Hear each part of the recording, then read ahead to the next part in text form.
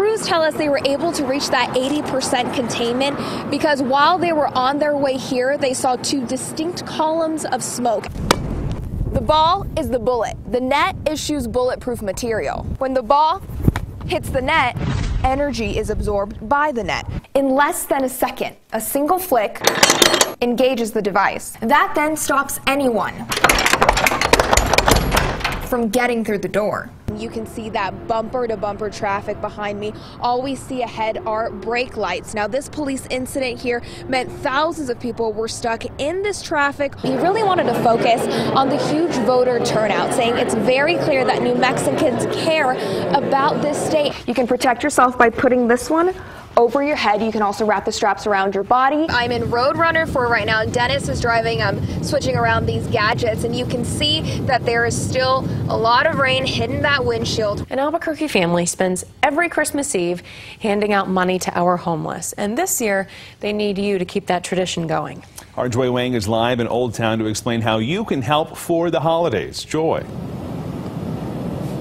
Well, Steve, Tessa, this is both a love story and a Christmas story. A veteran and his family are asking for your help this holiday season.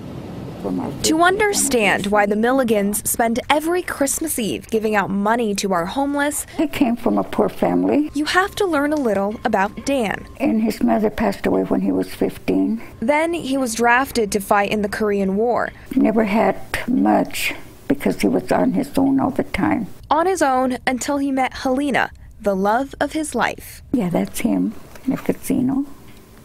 He won a jackpot there. A jackpot? Yeah. I thought you were his jackpot. Well, yeah.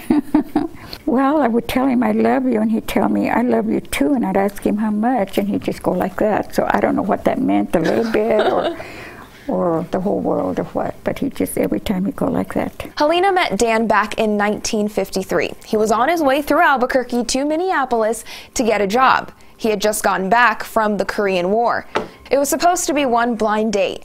They ended up dating for a few months and stayed married for 63 years. I don't know if he knew, but I knew. Together, they raised 4 girls, 9 grandchildren, 20 great-grandchildren, and 1 great-great-grandson. We went everywhere together, get off the car, and just hold hands all the time. Every year on Christmas Eve, Dan and Helena would pass out whatever they could to those in need. We feel that we were blessed with what we have, and there's so many people out there that really need it. But last year, Helena and her family had to continue this tradition without Dan. It's just that I'm so alone, you know. At night, I dream about him every night. Dan died of a lung disease a few months before Christmas Eve. It was hard without him. It gives me a good feeling if I can help anybody. It doesn't matter who it is. Helena, along with her kids, will continue to help people this year, remembering Dan. He could waltz and step on my feet all the time. And knowing really, he's still right there with her. Oh yeah, he's looking down. He's taking care of me here. If you'd like to help this family, they do have a donation account set up at Wells Fargo. All you have to do is mention this story on KOB or the words, "My Dad's Dream." We have more details on our website, KOB.com. For now, live in Old Town, Joy Wang, KOB, Eyewitness News 4. 1 year ago, New Mexicans learned about the shocking death of Jeremiah Valencia. Just a few weeks shy of turning 14, that boy was tortured, he was starved, and kept in a dog cage at his family's NMBA home. 3 people, his mother, his mother's boyfriend, and that boyfriend's son were all charged in the case. And we've seen plenty of twists and turns in the case since the story broke, but for the first time tonight, we're hearing from Jeremiah's family. Here's Joy Wang. The family of Jeremiah Valencia has stayed quiet, holding on to memories of Jeremiah, not ready to share them with the world until tonight. We sat down with his sister and the aunt who helped raise him to talk about the boy beyond what we've heard in the news.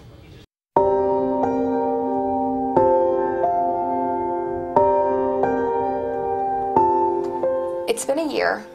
How are you guys feeling right now? We just take it day by day. Every day is still just a struggle.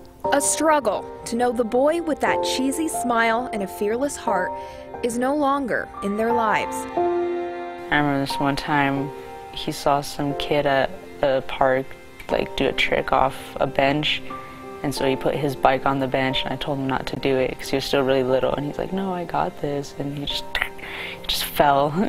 He got back up again. Yeah. Karen Gonzalez is his half-sister. She says Jeremiah wasn't the easiest kid to take care of. He was a little dork. He was hyper, a little daredevil. So, like, I had my hands full sometimes. But what she'd give to have that daredevil back again. That's just the way he was. He was fearless.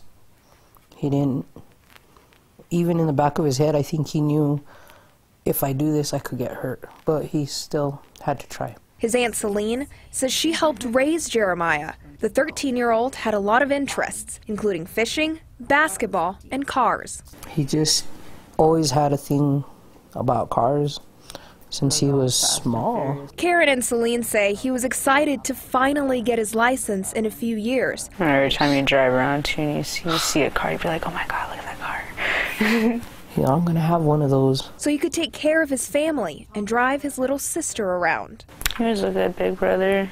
He stood up for her all the time. Jeremiah, That's just the way he was. the man of the house. Anything, he would just, I'll take care of it, Auntie. Don't worry, I got this. That's what he'd always say. But around this time last year, suddenly Karen and Celine couldn't reach him, and no request for help came from Jeremiah or his mother, Tracy Pena. Tracy has a big history of going in and out of jail, obviously. I mean, that's not unknown news. I mean, it's been out there, but I've gotten calls to go get them before, whenever she's gotten in trouble, or if something's happening or whatever, she would call me and say, hey, can you come get the kids? Or if they were in a bind or something, it was always, call Auntie will come get you. But I didn't get a call this time. This time, the phone never rang.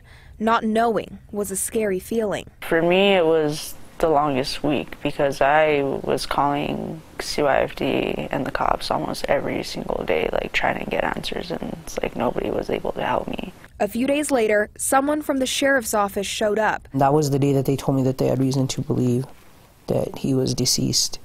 Then came more waiting. More time passed, more silence. Then they got another call. When I talked to the sheriff on the phone, I told him, well, did you find him? And he said, I'm sending someone to come talk to you. And did you find him? That's all I kept out. He wouldn't tell me. So when I got Karen... Is that when you knew? Yeah, when he said that they were sending someone, that he couldn't talk about it on the phone. So I kind of figured they found him. Jeremiah's remains were found buried off a state highway near NMBA. Investigators would soon reveal he'd been kept in a dog cage and starved, beaten and poked with a spear, allegedly at the hands of Jeremiah's mother, her boyfriend Thomas Ferguson, and Ferguson's son, Jordan Nunez. Ferguson killed himself inside the Santa Fe County Jail back in April, but Pena and Nunez are still facing charges. Pena is expected to take a plea. Even when they do go to jail or prison, they still get to live their life every day, being fed and a bed. Karen and Celine say it's not fair Jeremiah isn't around to do those simple things anymore. These kids are supposed to be our future. Well, what kind of future are they going to have if they're not here? Or if they're beaten so badly that they can't even live a normal life. Now their focus is on getting justice for Jeremiah. Mahito's not here anymore, but I have all the memories inside that no one can ever take away from me. Definitely the memories, and then just the fact that, like, my sister's still out there. So, like, I still want to try to be there for her. They hold on to their tattoos, their photos, and the hope that the system will change to better protect New Mexico's children. Jeremiah is never going to be gone from my heart, or anybody's heart that he touched. Anyone that knew him, he touched their heart, and I'm guarantee you they'll never forget Jeremiah. He's going to be a part of my life forever until I see him again. The family is holding a candlelight vigil tomorrow night at Frenchies Park on Agua Fria at 6. If you own any classic cars or bikes, they'd love for you to bring them, especially since Jeremiah would have loved to see them too. Back to you.